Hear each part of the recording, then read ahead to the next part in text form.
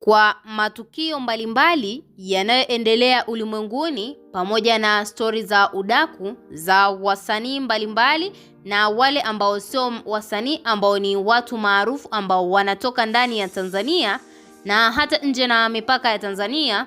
Usikose kusubscribe katika chaneli hii ili uweze kuwa mtu wa kwanza kupata habari zetu za kiburudani zinazokiki na kumake headline ndani na nje ya nchi ya Tanzania.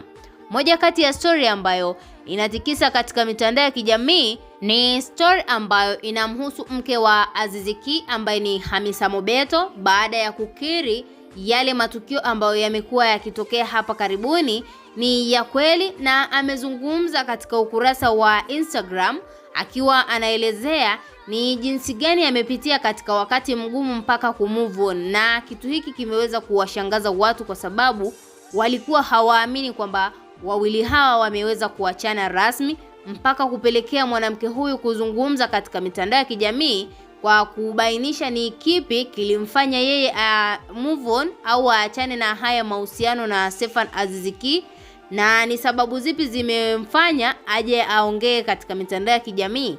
Alianza kwa kusema kwamba kwa sasa hivi hajasalia na picha hata moja ambayo ni ya mzee mzima Aziz Ki. Amezifuta kwa sababu zake binafsi, kwa sababu Aziz Ki alimtuhumu kwamba alikuwa na ujauzito wa Diamond Platinum, na ule ujauzito ulikuwa kadiri ya muda ulivyoenda, na baadaye ule ujauzito ukatoweka ghafla.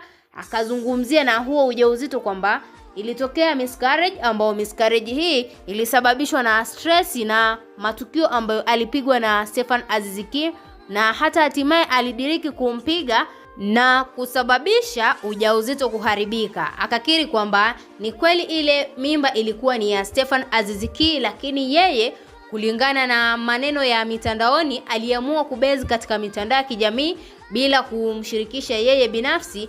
Mhusika wa huu ujauzito aliobeba, yani Hamisa Mobeto, hakushirikishwa kwa jambo lolote mpaka kutokea huo ugomvi mzito, ambao ugomvi huo ulisababisha yeye kupoteza mtoto wake ambaye alitarajiwa kuwa ni mtoto wa tatu. Na akaendelea kusema kwamba binafsi amefuta picha za mama mkwe na picha za watu wa karibu ambao wanatokea katika ukoo wa Stefan Aziz Ki. Ameamua kuzifuta katika peji yake ya Instagram, na hata katika gallery yake ameweza kuondosha picha zote ambazo ni kumbukumbu ambayo itakayomfanya aweze kumkumbuka Stefan Aziz Ki. Na Hamisa Mobeto ameendelea kuwataka watu wasiendelee kuchochea ugomvi wake kati yake na Stefan Aziz Ki, kwa sababu mpaka sasa hivi hana kilichosalia kwa huyu mwanaume ambaye ni Stefan Aziz Ki.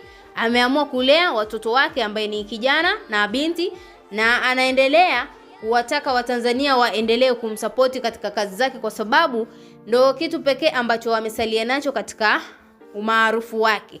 Wewe kama mfuatiliaji unalipi la kumwambia Stefan Aziz Ki baada ya kusababisha miscarriage kwa huyu mwanamke ambaye ni Hamisa Mobeto, mpaka mtoto wake wa tatu mtarajiwa kupotea? Na usisahau kumwambia neno lolote Hamisa Mobeto baada ya kufuta picha zote ambazo zilikuwa ni kama kumbukumbu kwa huyu mzee mzima Stefan Aziz Ki, kwa sababu ndoa yao ilikuwa ni moja kati ya kitu ambacho watu wengi walifurahishwa nacho na walitamani mahusiano haya yaendelee kudumu, kwa sababu wapo watu wengi ambao waliingia katika mahusiano ya ndoa baada ya kuona ndoa ya Stefan Aziz Ki pamoja na Hamisa Mobeto.